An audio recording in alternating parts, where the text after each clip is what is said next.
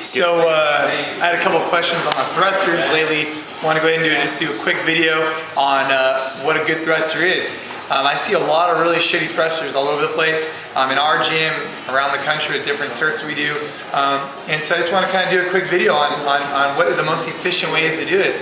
A lot of people are doing it inefficiently, and a lot of people are doing it unsafe as well. So let me first demonstrate what a good thruster, in my opinion, should look like.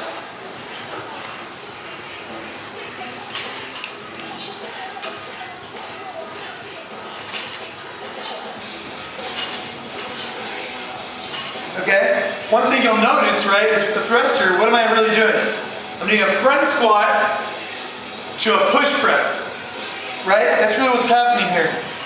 What I see a lot of people do is all of a sudden you need to connect these two, and that's the hard part, right? A lot of people have trouble with this. So here's the kind of key components we're looking for.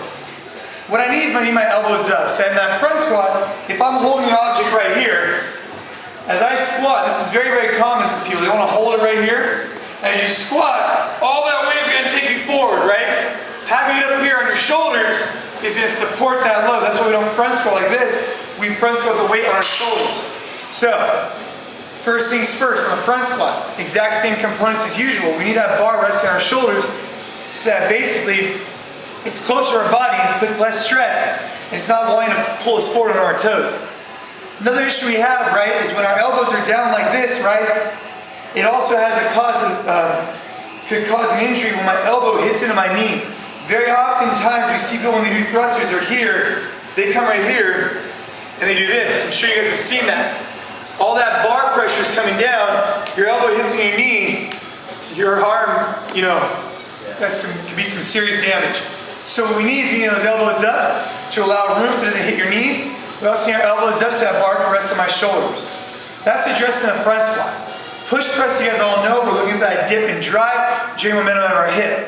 Now all we're doing is we're putting these two together. That's where people get all screwed up, because that transition is really important. And the focus point here is driving out of the hips. So when I'm squatting, I'm down here.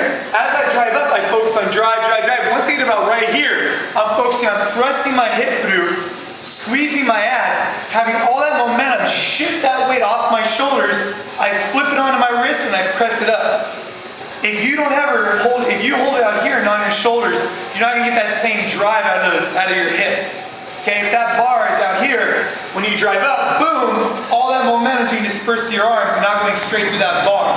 So what I need you guys to work on, right, is as you guys squat down, keep your elbows up. You don't need a full grip on the bar, you can have a little bit loose. As you drive up, you generate that momentum. As you flip it onto your wrist and you press it up the remainder of the way. Okay, this needs to be challenging for you guys to work on. Let's start with light loads and build your way up.